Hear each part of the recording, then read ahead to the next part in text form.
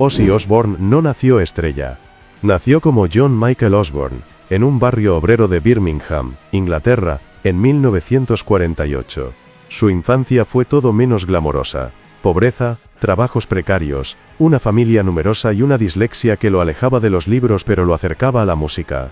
Fue esa crudeza cotidiana la que moldeó el carácter que más tarde estallaría sobre los escenarios. Desde joven, Ozzy supo que no encajaba en el molde, y eso lo llevó directo al mundo del rock. Cuando formó Black Sabbath en 1969 junto a Tony Iommi, Geezer Butler y Bill Ward, nadie imaginaba que estaban creando un nuevo género. Pero con riffs pesados, letras oscuras y una presencia escénica inquietante, inventaron prácticamente el heavy metal. Ozzy, con su voz temblorosa y mirada perdida, se convirtió en un ícono de lo siniestro. Su imagen no era fabricada, era él. Caótico, impredecible, magnético. El éxito fue inmediato, pero también lo fue la perdición. Con el dinero llegaron los excesos, y con los excesos, la leyenda. Mientras otros músicos celebraban con champán, Ozzy celebraba con montañas de cocaína, litros de alcohol y decisiones imposibles de explicar con lógica. Se cuenta que una vez se rapó las cejas en plena fiesta y las dibujó con marcador. Otra, que orinó en el monumento del Álamo vestido de mujer, provocando un escándalo nacional. Cada historia parecía una exageración, hasta que alguien la confirmaba. Uno de los momentos más icónicos y oscuros de su carrera ocurrió en 1982, cuando mordió la cabeza de un murciélago en pleno concierto. Según él, pensó que era de goma. El animal era real. Fue llevado de urgencia al hospital para vacunarse contra la rabia. Pero lejos de hundirlo, este episodio lo catapultó como un símbolo viviente del delirio rockero. Ozzy no era solo un cantante, era una figura mitológica.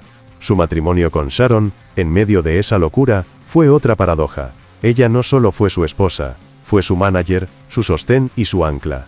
Mientras Ozzy se perdía en adicciones, Sharon planeaba giras, cerraba contratos y mantenía la maquinaria funcionando. Su relación fue tan destructiva como vital, y en esa tensión se forjó uno de los dúos más disfuncionales y exitosos del mundo del entretenimiento. En los años 80, Ozzy ya había sido expulsado de Black Sabbath, pero su carrera como solista fue aún más explosiva. Álbumes como Blizzard of Oz y Diary of a Madman redefinieron el metal. Canciones como Crazy Train se convirtieron en himnos generacionales. Su aspecto desaliñado, su risa demente y su mirada perdida eran parte del espectáculo. Pero fuera del escenario, Ozzy era un tren descontrolado. Sus giras eran batallas campales. Destruyó habitaciones de hotel, peleó con policías, fue arrestado en múltiples países y casi muere en varias ocasiones. En una entrevista dijo que no recordaba la década de los 80. Y no era una metáfora. Literalmente, no recordaba. En su autobiografía admite haber estado tan drogado que necesitaba ayuda para atarse los zapatos. Pero aún así subía al escenario con una energía que parecía sacada del inframundo. Y mientras él se autodestruía, su fama seguía creciendo. Fue uno de los primeros rockeros que entendió que el escándalo era una forma de marketing. Su vida era noticia. Su rostro aparecía en camisetas, parodias, videojuegos. Era el villano perfecto para una generación que buscaba romper las reglas. Pero tras cada caída venía una resurrección. Ozzy fue internado en clínicas de rehabilitación más veces de las que puede contar. Cada salida era celebrada como un milagro, pero el ciclo se repetía. Incluso sobrevivió a un intento de asesinato a manos de sí mismo. Una noche, bajo los efectos de múltiples sustancias, trató de estrangular a Sharon. Fue arrestado, pasó un tiempo en prisión preventiva, y después volvió a casa como si nada. Sharon lo perdonó, el público también. Para el mundo exterior, Ozzy era el rock encarnado. Decadente, peligroso, irresistible. Pero internamente, era un hombre fragmentado, cargando con traumas, vacíos emocionales, y una ansiedad constante, que trataba de ahogar en cualquier cosa que alterara su conciencia. Era su forma de sobrevivir, o de escapar. La televisión terminó por convertirlo en una caricatura humana. Con el reality The Osbournes, emitido en 2002, el mundo descubrió a un Ozzy que balbuceaba, tropezaba y convivía con perros en pantuflas.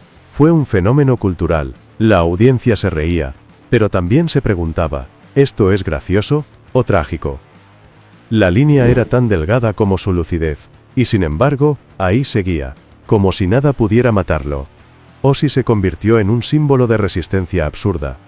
Alguien que había hecho todo mal, y seguía en pie.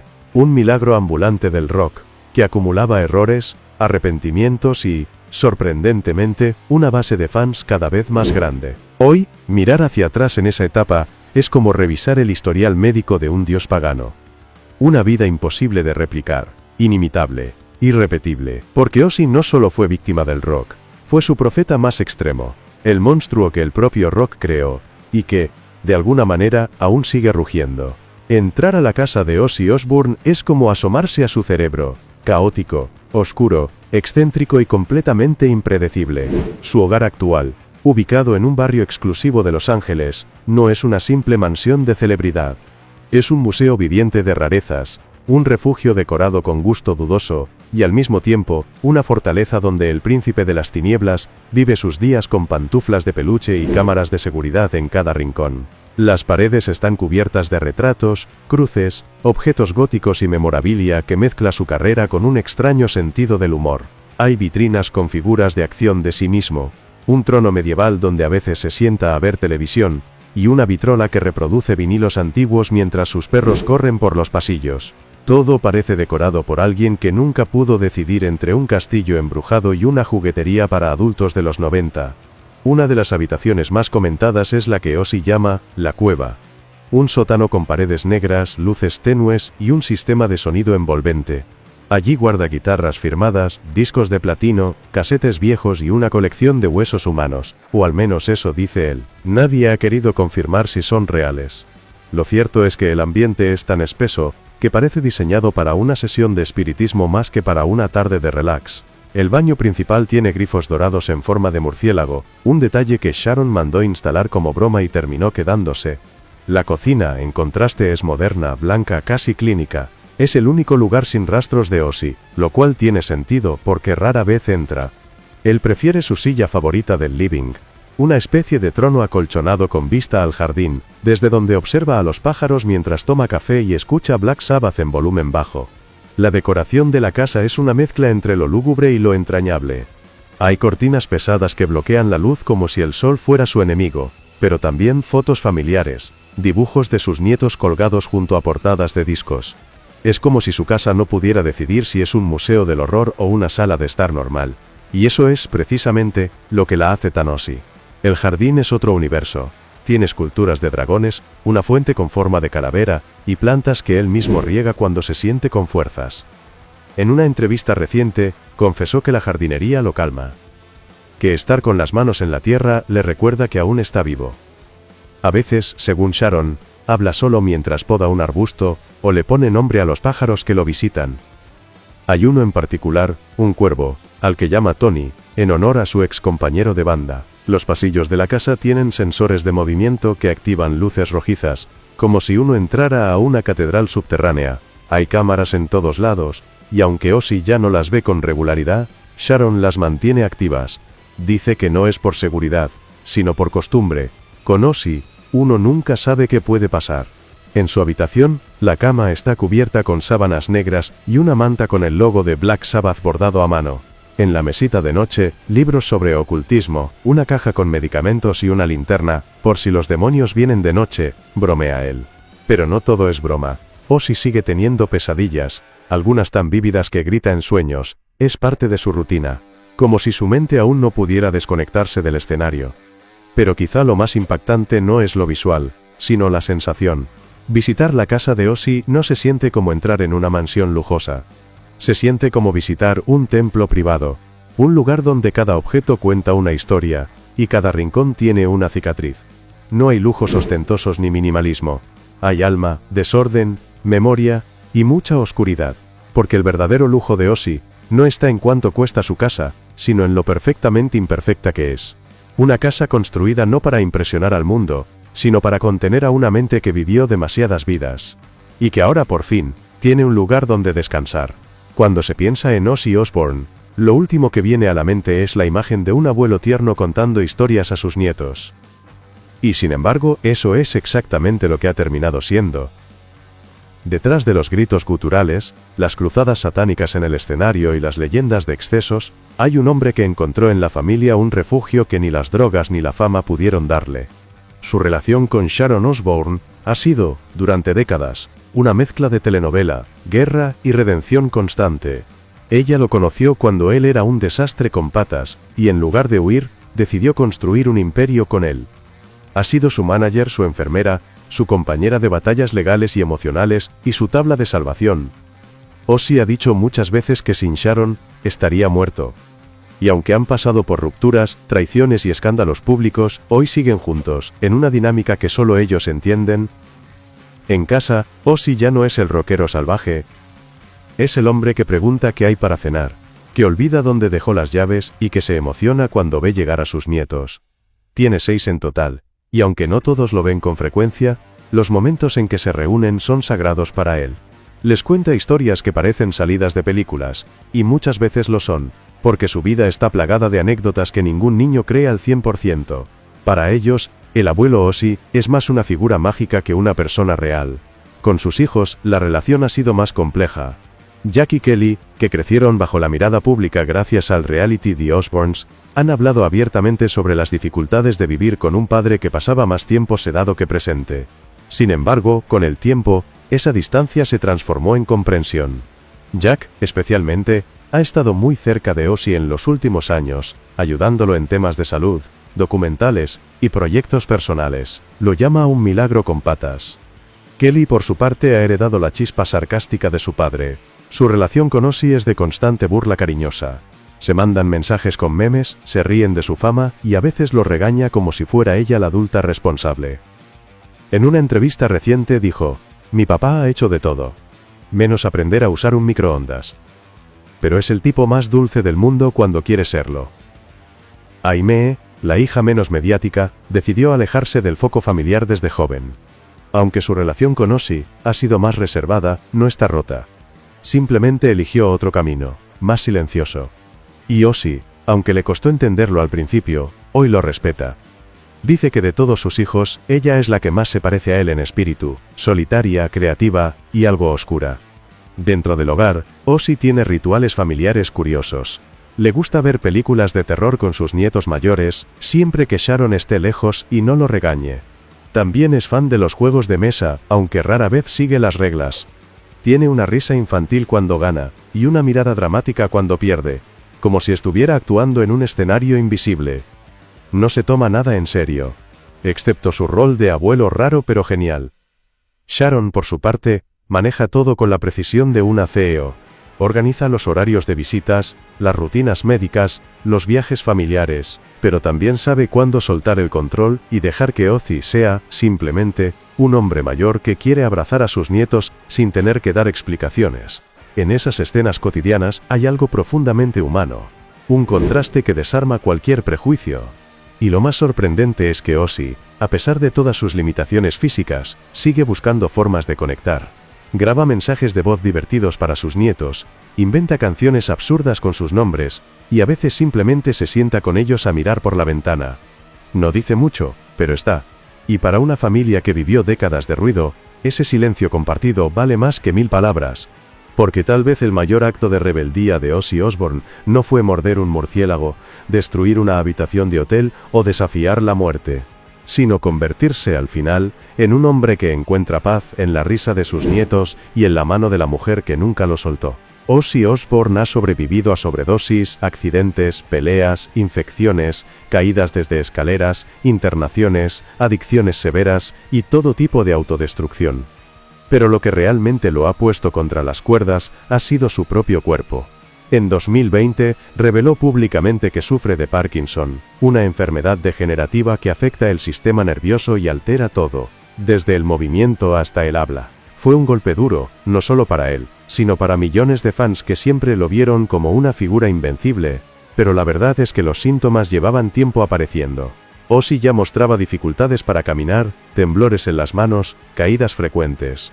Había sido operado varias veces por problemas en la columna, y sus apariciones públicas eran cada vez más espaciadas.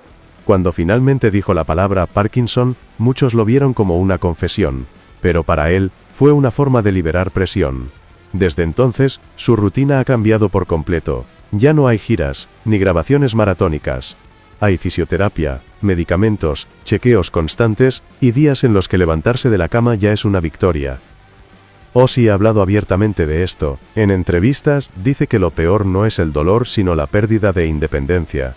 Para un hombre que pasó su vida dominando escenarios, depender de alguien para caminar unos metros es un castigo que duele más que cualquier caída. Sharon, como siempre, ha sido su roca. Lo acompaña a cada cita médica, revisa sus tratamientos, controla las dosis y lo empuja literal y emocionalmente a seguir adelante. Dice que Ozzy es terco, que se enoja con los médicos, que a veces se niega a tomar las pastillas. Pero también dice que tiene una voluntad increíble, que no quiere dejarse consumir por la enfermedad. Que pelea cada día como si fuera un concierto más. Los médicos han sido claros. No hay cura, pero sí formas de ralentizar el deterioro. Ozzy se somete a terapias experimentales, cambios en la alimentación, ejercicios de coordinación y sesiones de estimulación cerebral. Algunas funcionan, otras no. Pero él insiste. Dice que si aún puede cantar una línea de Iron Man sin equivocarse, entonces todavía queda algo de magia dentro. Uno de los momentos más duros fue cuando tuvo que cancelar varios conciertos en 2019 y 2020. Las entradas estaban vendidas, los fans listos, pero su cuerpo simplemente no respondía. Se sintió derrotado. Pidió disculpas públicas, grabó mensajes desde su cama, y prometió volver. No por obligación, sino por orgullo. No quiero irme así, sin una última nota, dijo con lágrimas en los ojos. La enfermedad también ha traído introspección. Ozzy, que siempre fue alérgico a hablar de emociones, empezó a abrirse más. Habla del miedo a morir, pero también del miedo a olvidar quién es. Si un día me despierto y no sé que soy Ozzy Osbourne, prefiero no despertarme, confesó. Es una frase brutal pero honesta. Como él. Aún así, el humor sigue siendo su salvavidas. Se burla de sus temblores, hace bromas con sus bastones, y a veces exagera sus gestos como si estuviera actuando en una comedia física. En el fondo, es su forma de resistir. De decirle al Parkinson, no me vas a quitar la risa. La familia ha sido clave. Jack lo acompaña en tratamientos, lo cuida, lo escucha. Kelly lo distrae con conversaciones absurdas. Sharon lo mantiene activo, mental y emocionalmente. Incluso sus nietos participan. Hacen ejercicio con él, juegan a las olimpiadas lentas en el jardín, y celebran cada pequeño avance como si fuera un Grammy. Lo más impactante es ver cómo Ozzy ha transformado su dolor en una nueva forma de conexión. Fans de todo el mundo le envían mensajes de apoyo, videos, cartas. Personas que también tienen Parkinson, o familiares de pacientes, lo ven como un símbolo de lucha. Él responde cuando puede, agradece y dice que nunca imaginó inspirar por algo distinto a la música. Es como si, por primera vez, la gente viera al hombre, no al monstruo. Y sí, hay días malos. Días donde no puede levantarse, donde el cuerpo duele y la cabeza se llena de nubes. Días en los que mira al techo durante horas, en silencio, pero incluso entonces, Sharon asegura que hay algo inquebrantable en él. Una chispa. Un rugido que no desaparece. Ozzy dice que ha hecho las paces con su pasado, que ha vivido más de lo que esperaba, que ha amado, fallado, triunfado y sufrido como pocos. Pero que aún no está listo para irse. Que mientras tenga voz, aunque sea para susurrar, seguirá siendo él. Tal vez el escenario ahora sea más pequeño, tal vez el público esté formado por médicos y familiares, pero para Ozzy Osbourne, cada día es una función más, y como buen showman, piensa darlo todo, hasta el último aplauso. A los 75 años, la vida de Ozzy Osbourne ya no se mueve al ritmo de la batería.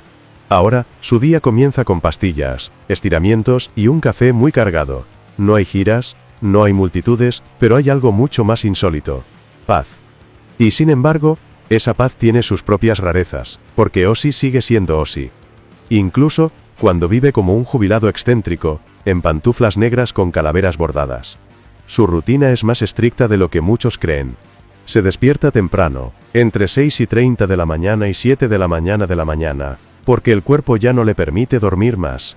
Sharon dice que lo primero que hace es mirar por la ventana, como si esperara ver pasar su pasado por la calle.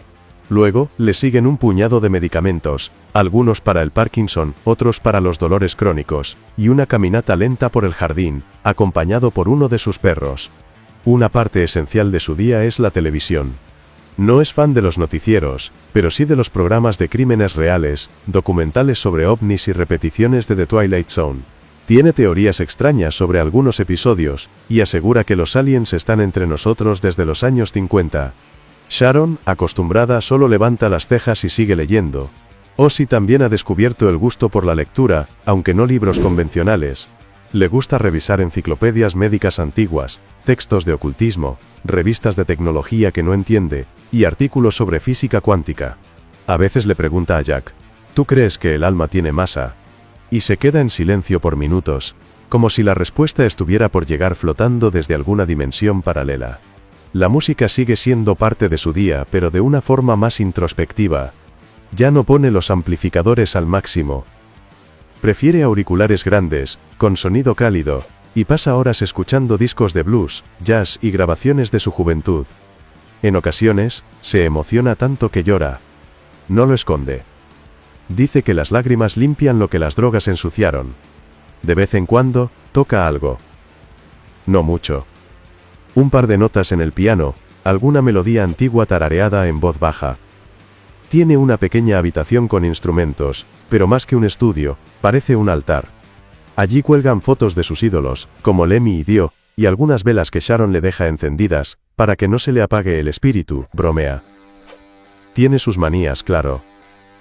No le gusta que le cambien los muebles de lugar. Siempre tiene que tener su taza favorita a mano, la que dice Prince of Darkness, con letras góticas. Y odia que le hablen durante ciertas horas del día. No porque esté malhumorado, sino porque dice que en esos momentos su mente entra en modo cueva. Pero lo más curioso es su reciente amor por la jardinería. Tiene un rincón del jardín donde planta hierbas, flores raras y cactus que le recuerdan al desierto de Nevada. Habla con las plantas, les canta a veces, y cree que algunas reaccionan mejor a los riffs de Black Sabbath. Tiene una rosa que bautizó Randy, en honor a Randy Rhoads, su legendario guitarrista. Sharon dice que Ozzy ha encontrado un nuevo tipo de equilibrio, que aunque el cuerpo se deteriore, su mente sigue girando como un vinilo viejo pero indestructible. Tiene días de lucidez brillante, donde hace chistes filosóficos o cuenta anécdotas con una precisión que sorprende a todos. Y días en los que se pierde en pensamientos densos, se queda en silencio, y solo se comunica con una mirada. Los nietos lo visitan los fines de semana, juegan, lo abrazan, le pintan las uñas con esmalte de colores solo por diversión. Él no protesta. Al contrario, presume sus uñas como si fueran parte de un nuevo personaje. Dice que ahora es el abuelo del metal arcoíris, y se ríe. Porque si algo no ha perdido, es su capacidad de reírse de sí mismo. Hoy, Ozzy Osbourne no necesita pirotecnia ni multitudes, le basta con una taza de café, una melodía antigua y un rayo de sol que se filtre entre las cortinas pesadas. Porque incluso en la calma, su mente sigue siendo un escenario encendido. Pocos imaginarían que detrás de la figura del hombre que popularizó los murciélagos, el maquillaje oscuro y los alaridos en tonos menores, se esconde un ser profundamente espiritual. Pero a los 75 años, Ozzy Osbourne se ha convertido en algo así como un filósofo involuntario, no porque dé charlas motivacionales, ni publique libros de autoayuda, sino porque la vida, con todos sus golpes, lo obligó a mirar hacia adentro. En los últimos años, Ozzy ha hablado más que nunca sobre la muerte. No con miedo, sino con una mezcla de respeto y resignación. Dice que la siente cerca, que la ve a veces al borde de la cama, y que ha hecho las paces con ella. He muerto tantas veces por dentro, comenta, que cuando llegue la real, no me va a sorprender. Esa lucidez brutal lo hace más humano que nunca. Pero no todo es oscuridad. También hay fe. No en un sentido religioso convencional, pero sí en algo más grande. Cree que hay un orden en el caos, que las cosas pasan por una razón, aunque a veces no la veamos. Todo lo que hice, bueno y malo, me trajo hasta acá. Y si aún respiro, es porque algo tengo que seguir haciendo, dice. Esa frase, que parecería salida de un monje zen, sale de la boca del mismo tipo que una vez incendió un camerino con un lanzallamas improvisado. A su manera, Ozzy practica rituales cotidianos que podríamos llamar espirituales. Enciende velas cada noche. Tiene un rincón en su casa donde se sienta a hablar con los que ya no están, entre ellos, su padre, Randy Rhoads, Lemmy, y hasta su perro Spike. No cree que los muertos lo escuchen literalmente, pero siente que ese acto lo calma. Lo conecta. Como si ordenar sus pensamientos en voz alta fuera una forma de rezar. También ha encontrado consuelo en la introspección. Pasa mucho tiempo solo, no por tristeza sino por necesidad. Medita, aunque no lo llame así. Se sienta en silencio, a oscuras, sin estímulos. A veces llora, otras ríe solo. Dice que eso es parte del equilibrio. dejar salir lo que por años mantuvo encerrado. Porque en su juventud no hubo espacio para el llanto, la duda o el miedo. Todo era ruido. Hoy, en cambio, vive rodeado de silencio, y en ese silencio ha descubierto cosas que nunca imaginó. Uno de sus pensamientos más repetidos últimamente tiene que ver con el perdón. No hacia otros, sino hacia sí mismo. Ozzy cargó durante años con culpas profundas, por haber fallado como padre, por haber herido a Sharon, por haber desperdiciado parte de su vida en una nube tóxica de adicciones. Pero poco a poco ha aprendido a soltar. A entender que el perdón no borra el pasado, pero sí puede aliviar el peso con el que caminas hacia el final. Curiosamente, no se considera sabio. De hecho, se burla de quienes lo llaman maestro del metal. Dice que él solo es un tipo que sobrevivió a sí mismo.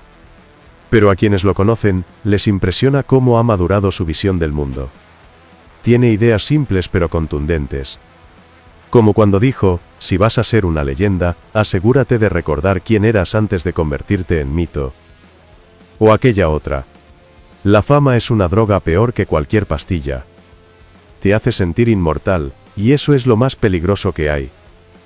A veces se pregunta qué dejará detrás, no en términos de discos, ni de premios, sino de esencia.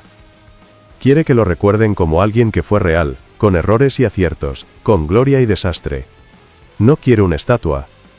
Prefiere una canción que alguien cante en la ducha, sin saber siquiera que fue de él. Porque en el fondo, Ozzy sabe que lo más importante no es lo que hiciste, sino cómo hiciste sentir a los demás. Para sus fans, él será siempre el príncipe oscuro, pero para él mismo, la historia es más compleja. A los 75, Ozzy ya no busca ser más grande. Busca ser completo. Entender lo que fue, lo que es, y lo que aún puede ser en los años que le queden. Y si bien su cuerpo ya no responde como antes, su alma sigue afinada. Vibrando. Buscando sentido. Porque en el fondo, el verdadero metal no está en las guitarras, sino en la voluntad de seguir adelante cuando todo parece derrumbarse. Hablar del legado de Ozzy Osbourne es hablar de algo que trasciende la música. Porque sí, su voz, sus discos y sus conciertos marcaron generaciones. Pero su influencia va mucho más allá de los acordes pesados y las portadas oscuras. Ozzy no solo cambió el sonido del rock, cambió la forma en que entendemos a una estrella. En primer lugar, es imposible hablar de heavy metal sin mencionarlo. Black Sabbath fue la piedra angular del género, y Ozzy su cara visible. Su estilo vocal único, mezcla de lamento y amenaza, definió el tono sombrío de toda una corriente musical. Y aunque muchos lo han imitado, nadie ha logrado igualar esa combinación de vulnerabilidad y brutalidad que lo caracteriza. Pero más allá de lo musical, Ozzy se convirtió en un símbolo cultural. Apareció en caricaturas, videojuegos, documentales, camisetas, parodias, incluso en memes que lo muestran como un anciano confundido buscando su desayuno. Y él se ríe de eso. Porque entiende que ser parte del imaginario colectivo es un privilegio extraño, pero poderoso. Ha logrado algo que muy pocos consiguen. Ser relevante durante más de 5 décadas sin perder su esencia. Lo interesante es cómo ha permeado generaciones distintas. Los que lo vieron en los 70 lo recuerdan como el profeta del apocalipsis sonoro. Los de los 80, como el solista rebelde que desafiaba la moral con cada nuevo escándalo. Los de los 2000 lo conocieron en bata, con acento arrastrado, en un reality show que humanizó a la leyenda. Y los de hoy lo conocen como un meme, una leyenda viviente, o el abuelo del rock, que sigue colaborando con músicos jóvenes como Post Malone. Y sí, eso también forma parte de su legado, la capacidad de reinventarse sin dejar de ser fiel a sí mismo. Porque Ozzy nunca ha intentado ser otra cosa. No se disfrazó de sabio, ni se convirtió en predicador de moral, siempre ha sido el mismo, desordenado, brutalmente honesto, caótico y entrañable. Y en ese sentido, es más coherente que muchos artistas que se reinventan según las modas. Ha influido en músicos de todos los géneros, desde bandas de metal extremo, hasta raperos que usan camisetas con su cara. Muchos artistas actuales lo mencionan como referencia, no solo por su música, sino por su actitud, porque Ozzy representa la libertad radical de ser uno mismo, con todo lo que eso implica, errores, aciertos, locura, genio. Incluso la industria del entretenimiento ha tomado nota. Su figura ha sido analizada en universidades, su carrera es objeto de estudios sobre medios, y su marca personal. Sí, porque Ozzy es también una marca, sigue generando ingresos gracias a productos, reediciones, colaboraciones y merchandising. Sin quererlo, construyó un imperio. Uno que no necesita castillos, porque ya habita en la mente colectiva de millones. Y hay algo más, algo intangible, pero real. El espíritu de resistencia. Ozzy ha sido una constante recordatoria de que, a veces, la supervivencia es la forma más poderosa de éxito. Que no se trata solo de ser el mejor guitarrista, el mejor vocalista, o el más premiado. A veces, se trata de seguir de pie. De no rendirse. De seguir siendo tú mismo, aunque el mundo cambie, aunque tu cuerpo te traicione, aunque todo parezca derrumbarse. Ese mensaje ha tocado a personas más allá del rock. Porque todos, en algún momento, nos sentimos un poco rotos, un poco perdidos. Y ver a alguien como Ozzy, con su historial, su pasado, su presente, seguir adelante, reírse, amar, caer y levantarse, es profundamente inspirador. En una era donde las figuras públicas son cada vez más pulidas, más cuidadas, más correctas, Ozzy sigue siendo un caos hermoso. Un recordatorio de que el alma humana no cabe en una caja de marketing, que ser auténtico tiene un precio, pero también una recompensa que ninguna estadística puede medir. Tal vez por eso, su legado es tan potente. Porque no se trata de una canción, ni de una gira, ni de una imagen icónica. Se trata de una energía. De un mensaje involuntario que dice: vive como quieras, sé quién eres, y si sobrevives, cuéntalo con orgullo. Y Ozzy ha sobrevivido. Vaya que sí. Ozzy Osbourne ya no se lanza al público, ni destroza habitaciones de hotel, ni encabeza carteles de festivales masivos, ya no corre, no grita como antes, no canta durante horas seguidas, pero su presencia sigue siendo gigantesca. Porque hay figuras que, aunque el tiempo las detenga físicamente, nunca dejan de vibrar por dentro, y Ozzy es una de ellas. Hoy, a los 75 años, es un hombre que camina lento, que olvida palabras, que necesita ayuda para bajar escaleras. Pero también es el mismo que alguna vez redefinió el rock, que se rió del peligro, que construyó un mito a base de errores, locura y genialidad, y ahora, en esta etapa final, nos muestra otra forma de ser leyenda, con vulnerabilidad. Hay algo profundamente poderoso en ver a alguien que fue puro exceso, encontrar paz en los detalles simples, en ver cómo aquel símbolo de destrucción se convierte en abuelo amoroso, jardinero curioso y pensador silencioso. Ozzy no es menos mito por envejecer, es más humano. Y por eso, más inspirador que nunca. Porque el verdadero legado, no está solo en los discos de platino, ni en los gritos del público. Está en sobrevivir cuando todo parecía empujarte al abismo. En reírse de uno mismo. En amar a pesar del caos. En ser capaz de mirar atrás y decir: no fue perfecto pero fue real. Ozzy ha hecho todo mal y todo bien. Ha vivido como pocos se atreven. Y aunque hoy su voz tiemble y su cuerpo le falle, sigue hablando con una fuerza que estremece. Porque cuando él dice todavía estoy aquí, no lo dice con soberbia. Lo dice con asombro, como si cada día fuera un bonus track que nunca esperó recibir. Así que, si alguna vez pensaste que el rock moría con la juventud, míralo a él. Tal vez ya no vuele como un murciélago, pero sigue rugiendo como un rey. Y ahora quiero saber qué opinas tú. ¿Qué parte de la vida de Ozzy te sorprendió más? ¿Qué momento te pareció más humano, más inspirador, o más triste? Déjalo en los comentarios. Quiero leerte, y si te gustó este viaje por la vida y locura del príncipe de las tinieblas, suscríbete al canal, dale like al video y activa la campanita, porque en este canal, todavía quedan muchas historias por contar.